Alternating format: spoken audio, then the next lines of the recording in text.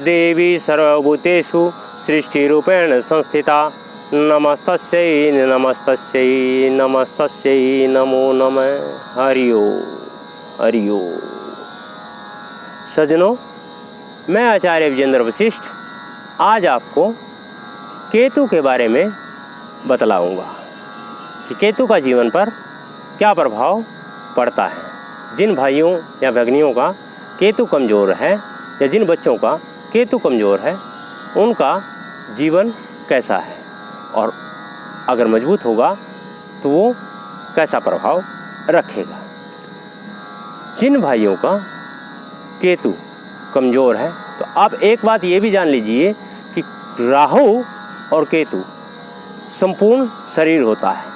केतु धड़ गर्दन से नीचे के हिस्से को केतु माना जाता है, यानी केतु का प्रभाव गर्दन से नीचे शरीर के ऊपर पड़ता है।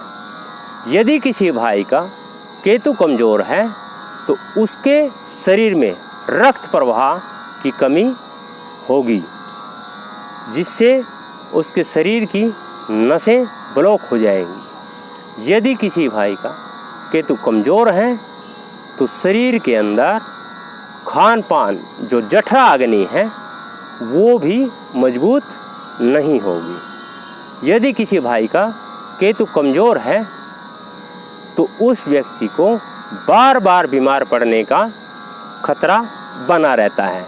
आप देखते होंगे कि बहुत से बच्चे हैं अभी इलाज करवाया, महीना भर हुआ नहीं कि फिर बाद में बीमार पड़ गए। ऐसे ही बड़े बुजुर्ग जिनके ऊपर केतु कमज़ोर हो गया है उनका भी यही प्रभाव होता है। तो आप ये समझ लीजिए जिनकी कुंडली नहीं है और वो भी अगर बार बार बीमार पड़ रहे हैं या उनकी पाचन क्रिया कमज़ोर है या जो खा रहे हैं उनको पच नहीं रहे हैं, बदहजमी हो रही है या एसिडिटी बन रही है, तो आप ये समझ लीजिए कि आपके जीवन पर केतु का असर ज़्यादा हो रहा है। आप केतु के लिए अब एक कार्य और करें कि ये भी शनि के सदृश ही कार्य करता है। जब आपका केतु कमज़ोर है तो आप काले धागा लेकर के, लोहे की कील लेकर के, बिल्कुल साधारण तरीका है कि लोहे की कील और काला धागा बांध करके लपेट करके केवल केतु के लिए आप किसी पीपल की जड़ के अंदर उसको दबा दें और वहाँ बैठकर ओम केतवे नमः, ओम केतवे नमः, ओम केतवे नमः का 108 बार जप करें। और जैसे शनि के सदृश कार्य कर रहे थे कि वैसे ही इसके भी शनि के दिन ही आप व्रत करें। वही जो शनि में खाया जाता है वही इसमें भी खान पान रखें। ध्यान रहे कि इसमें भी केले का उपयोग आप बिल्कुल भी न करें।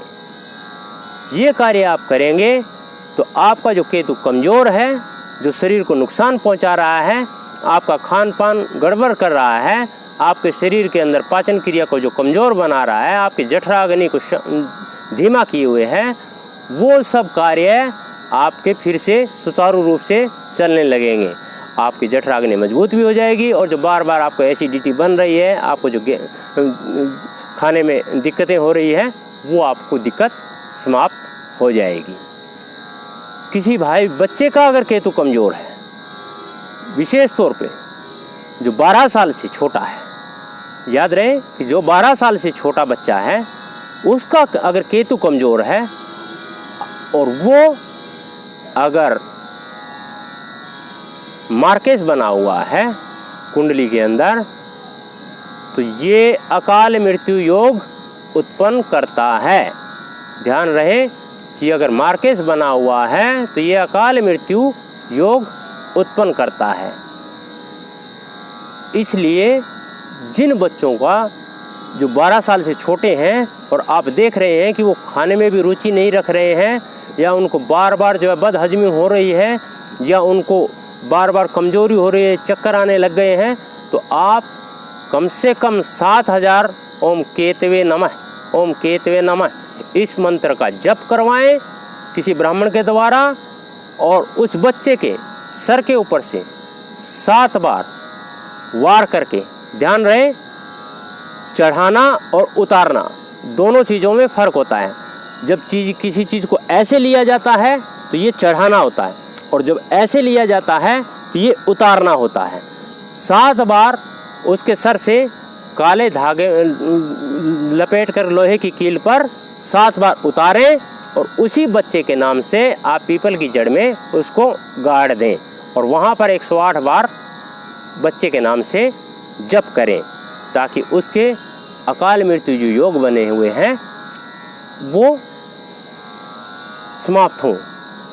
और यदि बहुत ज़्यादा प्रभाव पड़ रहा है तो आप कम से कम महामृत्युंजय का जप अवश्य करवाएं, कम से कम 21,000 जप अवश्य करवाएं, ताकि उस बच्चे के ऊपर जो अकाल मृत्यु योग का प्रभाव बनने वाला था वो समाप्त हो सके। दोस्तों सज्जनों, आज हमने आपको केतु के बारे में बतलाया है। आगे अन्य किसी एपिसोड में अन्य विषयों पर हम आपके साथ फिर रूबरू होंगे, फिर अन्य विषय में चर्चा करेंगे। हर हर महादेव।